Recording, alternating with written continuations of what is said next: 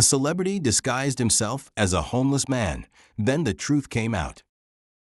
Daniel Owen, at just 34, had lived what most people called a dream life. The youngest son of a once famous pop singer and a veteran film director, Daniel grew up amid the glitter and applause of show business. From a young age, studios clamored to cast him in commercials. By his mid-teens, he had starred in a string of coming-of-age films that soared at the box office, earning him not just fame, but a fervent fan following. People said he was charming, down-to-earth, unusually polite for a child star. Paparazzi called him the nicest kid in Hollywood. Over time, his resume ballooned. Award nominations, talk show appearances, a robust brand built on the notion that Daniel Owen understood ordinary folks despite living in a mansion. But by the time Daniel turned 30, a shift had emerged in his demeanor. Long hours on film sets, ceaseless press tours, shallow red carpet events. These drained him in ways he hadn't anticipated. Behind polished smiles and well-rehearsed interviews, something gnawed at him. A sense that he'd never experienced normal life. Most of his so-called friends were industry colleagues or people seeking proximity to his fame. Whenever he traveled, assistants prepped everything in advance. The result? He barely spoke to everyday people except in scripted interactions, rarely saw how folks beyond the entertainment bubble lived. As accolades kept rolling in, Daniel felt an emptiness that no amount of adoration solved. A stark moment reinforced this sense. A glitzy charity gala in Los Angeles. Thousands of dollars spent on centerpieces, silent auctions for exotic vacations, celebrities bidding on custom art. Supposedly, the event's proceeds supported a homeless outreach program. Yet Daniel noticed how half the guests seemed more fixated on gossip, selfies, or flaunting expensive attire than discussing actual solutions for homelessness. One particularly jarring exchange occurred when a well-dressed producer laughingly told Daniel how he'd step over the vagrants outside his office each morning, complaining they ruined the building's image. The casual cruelty rankled Daniel. He felt he inhabited a bubble, so disconnected from the real struggles of those living on the streets. That night, he left the gala early, unsettled. He mulled over the gap between Hollywood's public moral posturing and everyday attitudes. On social media, people praised him and other stars for caring. But how much did they truly do? Daniel realized that while he donated large sums to nonprofits, he never once spoke intimately with the people those donations were meant to help. He rarely even visited the shelters he supported. Did he actually know anything about what it was like to be hungry, cold, frightened? This question lodged in his mind, refusing to go away. Something about it felt personal. How authentic could his empathy be if he had no direct experience with hardship? In a quiet moment before bed, Daniel entertained a wild notion. What if he stripped away the privileges, no entourage, no publicist, no phone, no credit cards, and tried to live as those without homes did? At first, it sounded insane. He was recognized on every street corner, his face plastered on magazines. How could he possibly hide his identity? And wouldn't it be a betrayal of fans and producers who depended on him? Yet, over the next weeks, the idea evolved into a genuine plan.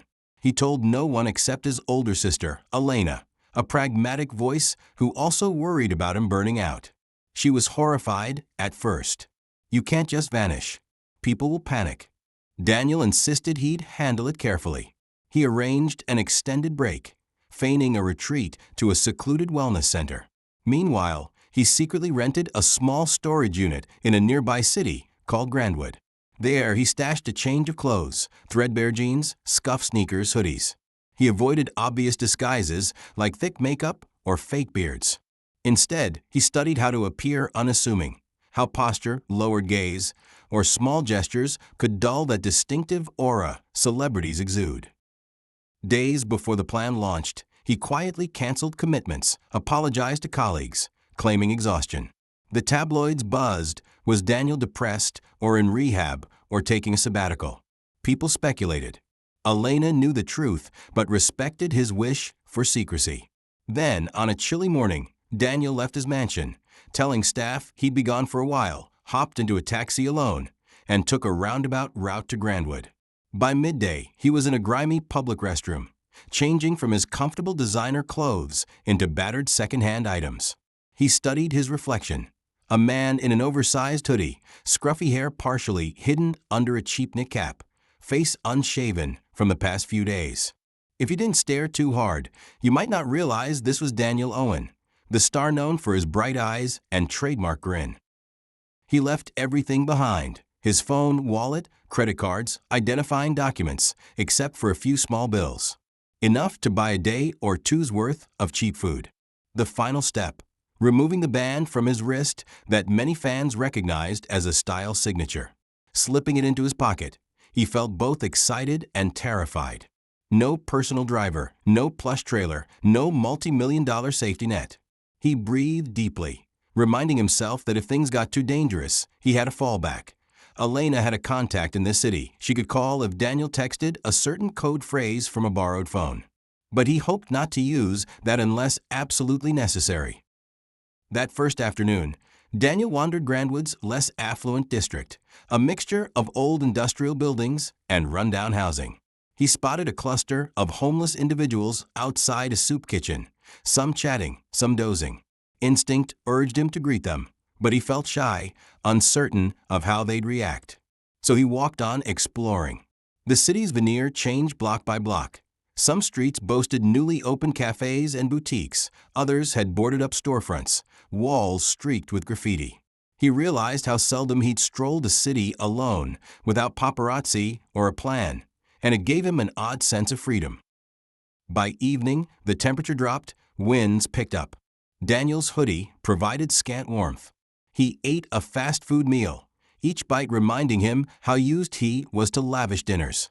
Then the question: where to sleep? In movies, homeless folks linger under bridges or in public parks, but the reality felt terrifying. He found an overpass near a deserted train yard, heart pounding as he clutched his small bag. The ground was cold concrete. The air carried a stench of old urine.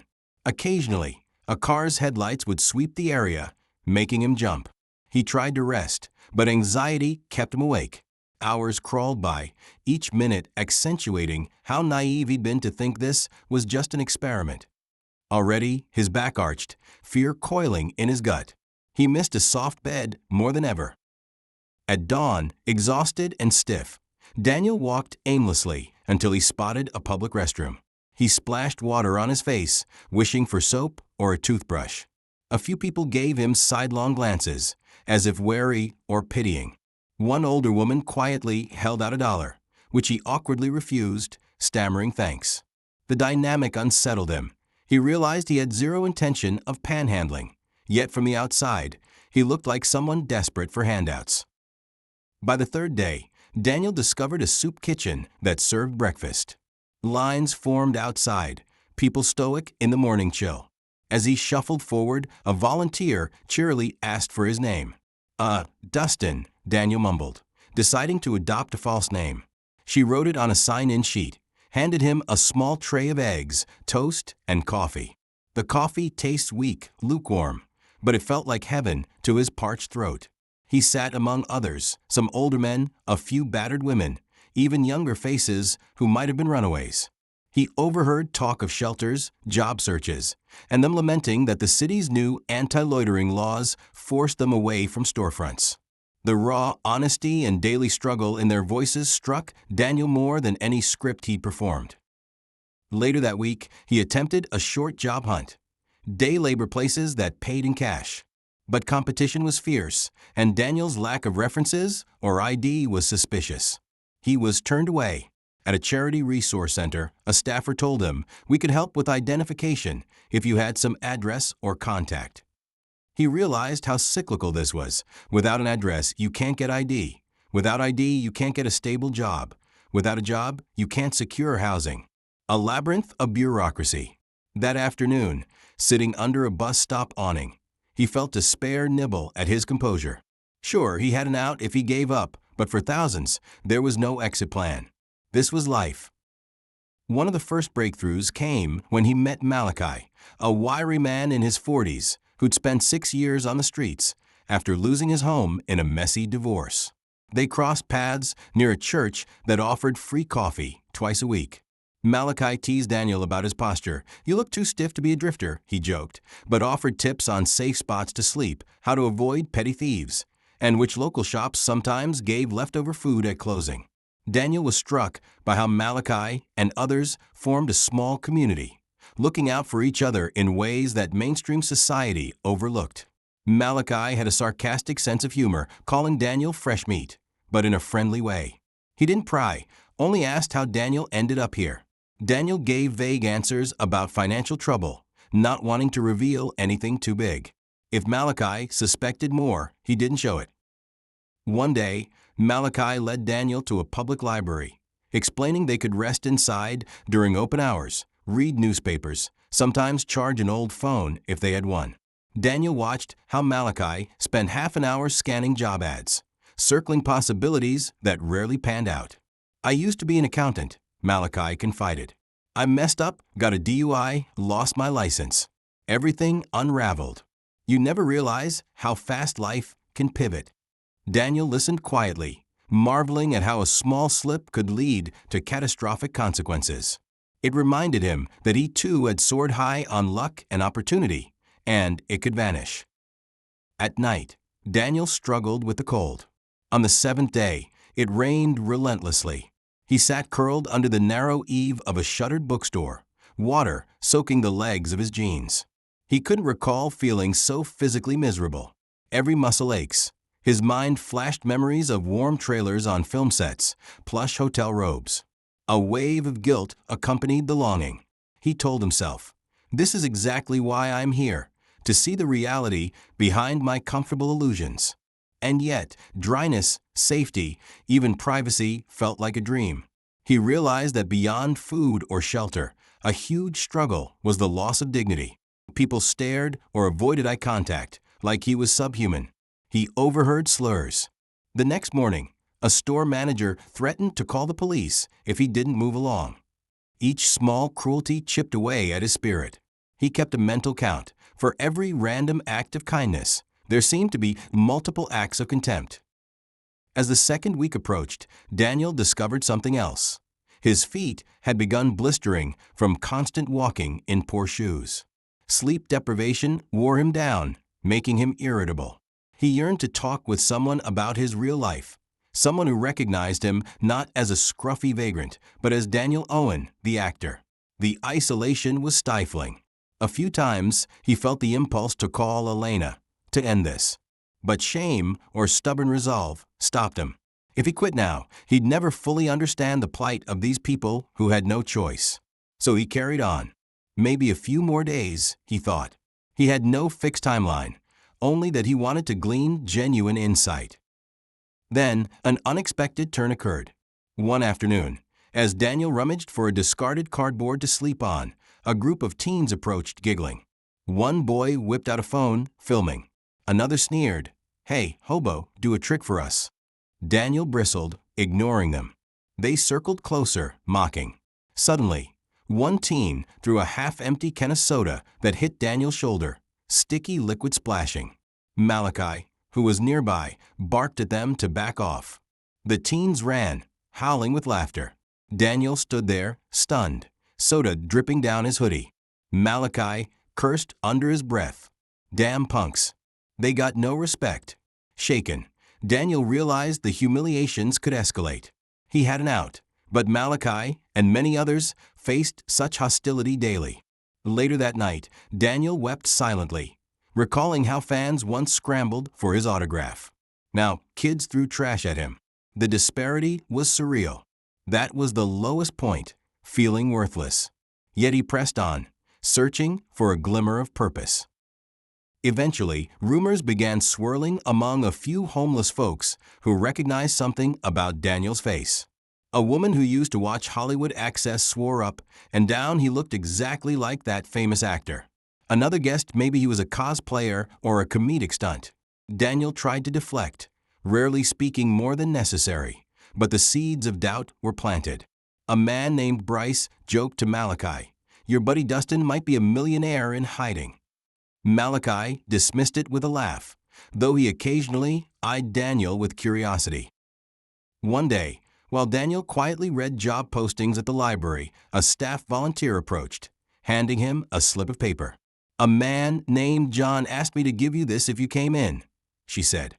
The note read, "Meet me behind the news station at 2 p.m. No signature. Confused, Daniel debated ignoring it. But curiosity won out. The news station building was a tall structure downtown, a place he'd never ventured. At 2 p.m., he circled around to the service entrance. A figure in a hooded jacket waited. As Daniel neared, the figure turned, and Daniel's stomach dropped. It was an entertainment reporter he recognized from red carpet events. The man's eyes widened, scanning Daniel's battered clothes. He lowered his hood. "Daniel Owen, right? It's me, Vince Kaminsky from Channel 5. We've interviewed you a few times." Daniel's heart pounded. So he'd been recognized. Part of him wanted to deny, but the reporter's tone was certain. "Look, I don't know what your deal is," Vince said carefully, "but a friend tipped me off that a homeless guy around here strongly resembles you. I did some background digging. I'm guessing you're incognito for reasons of your own." Adrenaline rushed. Daniel could deny or run, but it was pointless. "Why'd you lure me here?" he asked, voice tight. Vince said, "I'm curious. This is huge. A star living on the streets?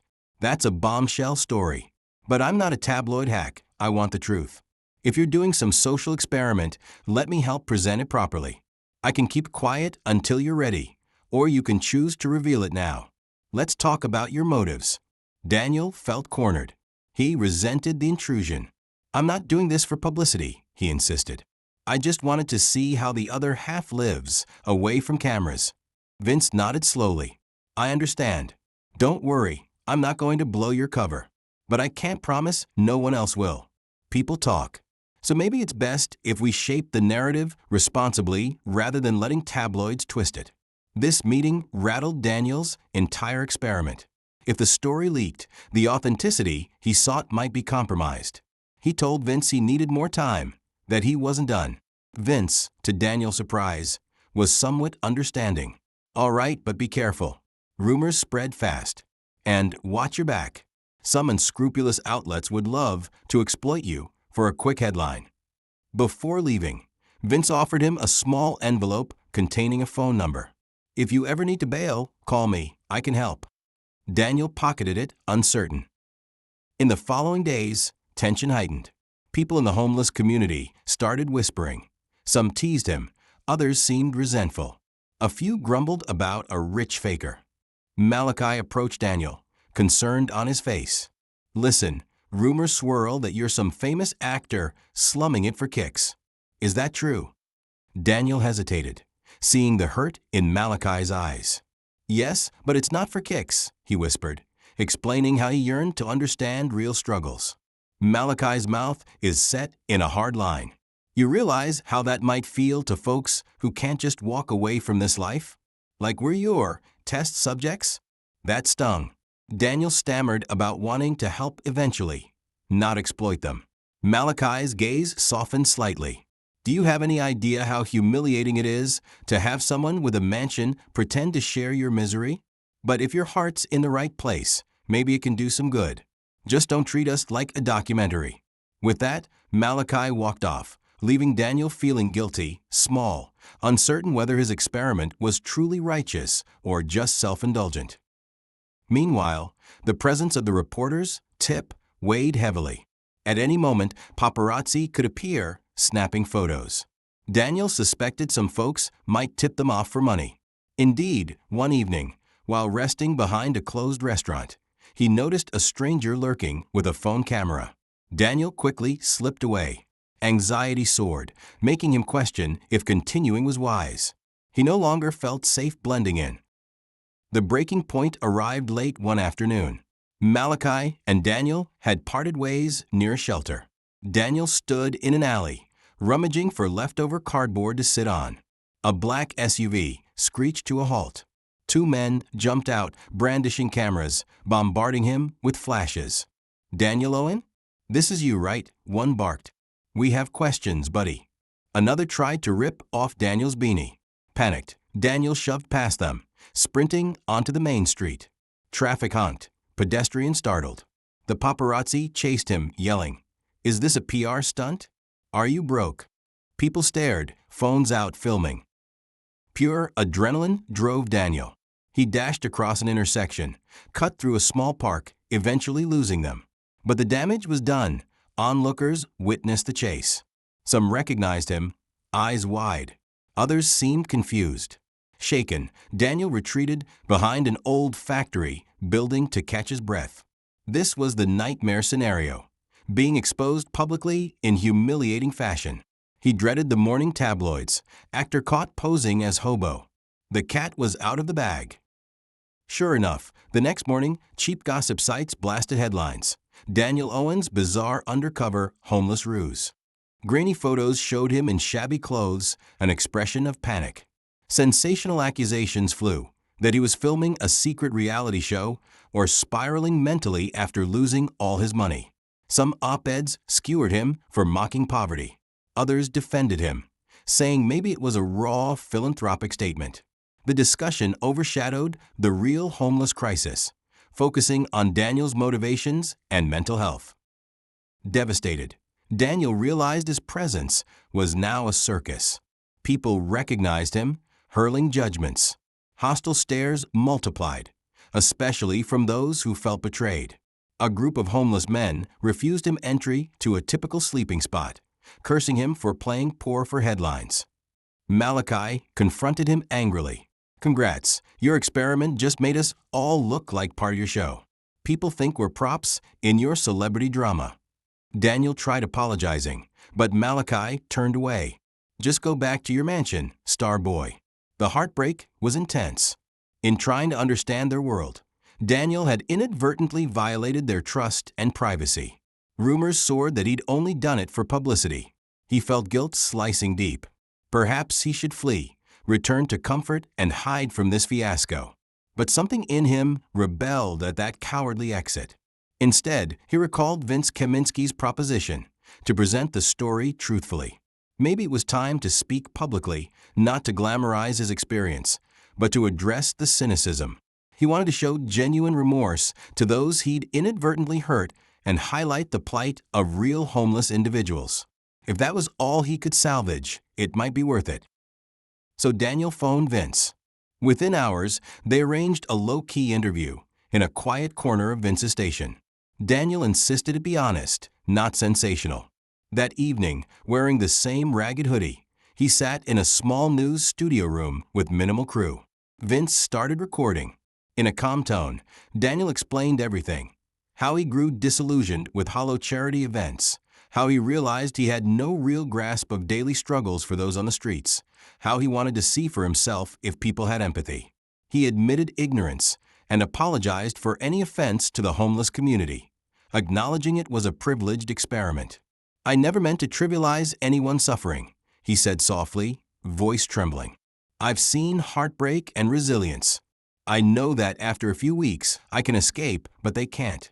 I'm sorry." He took a moment to gather himself, tears pricking. Then he continued, "I want to highlight that the real story here isn't about me. It's about the thousands who live day to day, unseen and unprotected.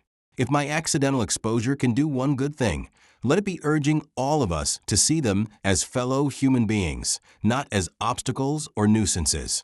I plan to support permanent solutions, job programs, transitional housing, mental health services. I ask you, viewers, to consider how you might help." The final cut aired that night. Vince's approach was sensitive. He showed some of the tabloid coverage, then let Daniel's candid interview speak for itself. The broadcast ignited huge public discussion. Some viewers were touched by Daniel's contrition and sincerity. Others remained skeptical, calling it damage control. Meanwhile, the city's homeless advocates seized the chance to advocate for more resources, referencing Daniel's statements.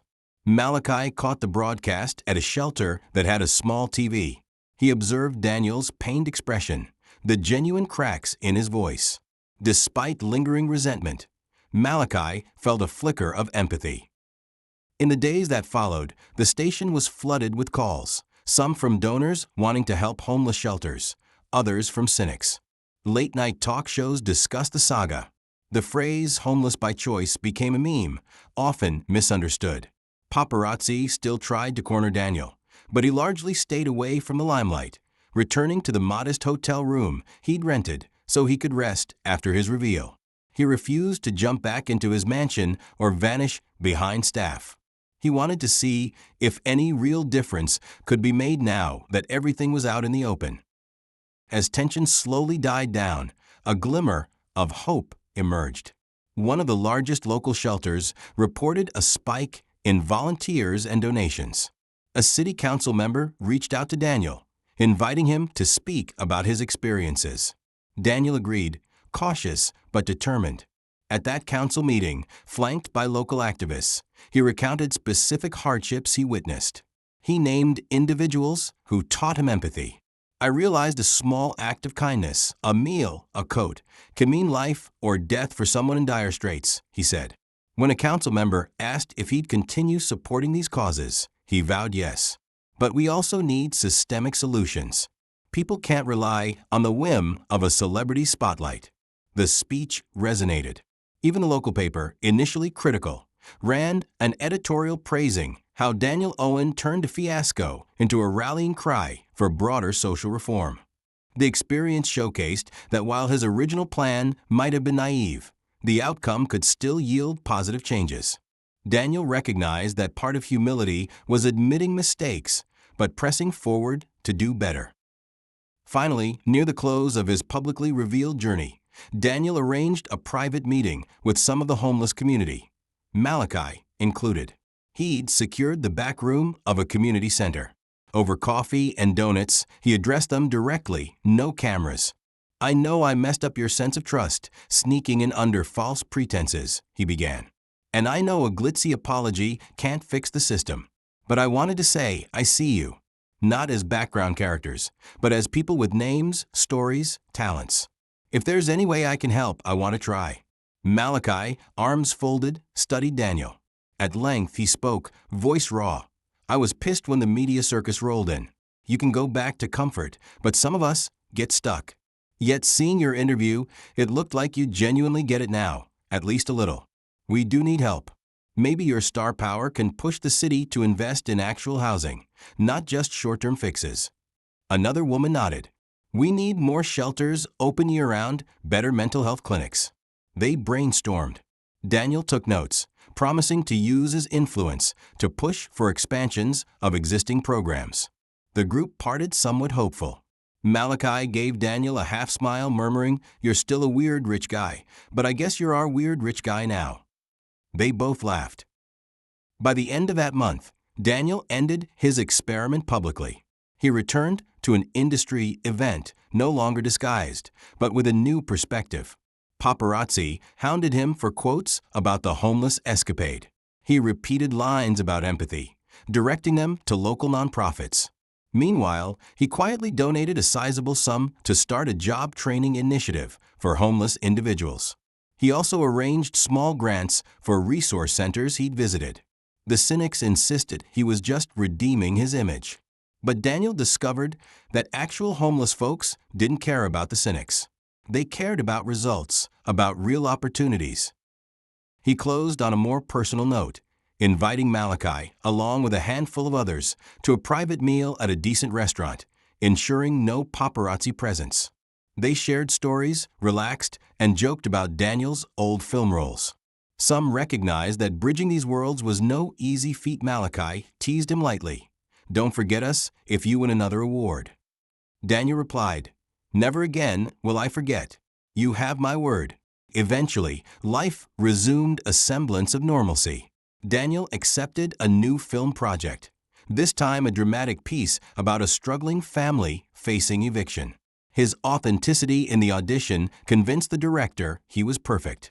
Rumors suggested his performance carried an emotional weight previously unseen, shaped by his real-life experiences on the street. 1 year later, results of his vow emerged. The city saw a new transitional housing building open, partially funded by a philanthropic foundation Daniel spearheaded with local charities. He attended the ribbon-cutting ceremony, hugging Malachi, who helped oversee community outreach.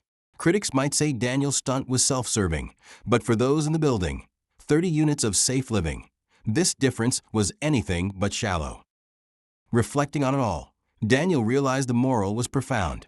No matter how wealthy or famous you are, stepping into another person's reality can shatter preconceptions and ignite genuine compassion. Yet that compassion means little unless followed by actual support. The hardest lesson was acknowledging how easily even good intentions can harm if done recklessly. His approach was flawed, hurting some individuals along the way. But by owning his mistakes and using the aftermath to drive real change, he found a path to redemption that transcended vanity. In a quiet press interview commemorating the new housing project, a journalist asked him, "Would you do it again? Disguise yourself as homeless?" Daniel paused, gazing out the window at the bustling city. "I wouldn't stage it the same way," he admitted, "because it caused confusion and hurt. But I do wish more folks in privileged positions found ways to truly connect with those living in the margins. It changes your heart, your perspective on everything." The final question: any advice for someone reading about your unusual journey? Daniel smiled thoughtfully. "Yeah. Listen first. Approach people who struggle with humility. They're not your spectacle. They're humans with dignity. If you have resources, time, money, influence, direct them with sincerity and respect, not for applause, but to restore hope. That's how we mend the gaps in our society." A year after that, Daniel Owen delivered a speech at a philanthropic conference. The auditorium was filled with wealthy donors and celebrities. He spoke without a teleprompter, voice unwavering. We often talk about giving back from a distance, but how many of us truly see the individuals behind the crisis? If I learned anything from stepping out of my comfortable orbit, it's that empathy, real empathy, involves risk. It's messy, it can lead to mistakes, but it also fosters genuine, lasting connection. And that connection can push us from mere charity to actual transformation. He concluded with quiet conviction, earning a standing ovation. Among the crowd was Malachi, wearing borrowed formal attire, tears glistening as he clapped. Daniel stepped off stage, hugging him. The applause soared not just for the star speech, but for a bridging of two worlds that, for one fleeting experiment turned real crusade, recognized each other's humanity. In the end, the gossip about Daniel's incognito stunt faded. What remained was a set of expanded shelter programs, more city awareness of the homeless crisis, and a deep personal shift in Daniel's life. He continued acting, but with new depth in his roles, fueled by the memory of sleeping under an overpass, shivering. Occasionally, he revisited that overpass, quietly dropping by to check if folks needed an extra blanket or lead on a shelter bed. Malachi joked about getting him a gold star for volunteering. Daniel would grin, replying, "No more stars needed. I've got enough of those pinned to my name." Instead, he wanted to earn trust in simpler, more grounded ways, proving that a star could indeed come down to earth, carry the shared burdens, and come away changed. He'd never erase the initial shock and betrayal some felt, nor would he claim to have all the answers. But in their eyes, the sincerity of his ongoing efforts softened old resentments. Over time, the story of how a celebrity disguised himself as a homeless man, then the truth came out, became less about scandal or novelty, and more about the unexpected seeds of empathy it planted across a city. People remembered how a grand fiasco could yield real compassion if, after the facade fell, the heart remained open. In the final analysis, Daniel's experiment taught him that stepping outside one's privilege is only the first step. Acknowledging the daily fight of those less fortunate is second, and acting to alleviate that struggle is third. The moral was stark. Empathy and humility hold more power to unite us than wealth or status ever can. That, above all, was the message Daniel carried forward into every future movie set, press junket, and philanthropic endeavor, reminding the world that behind the glimmer of celebrity stands a human who once crouched on a cold pavement, yearning for kindness in the face of overwhelming indifference.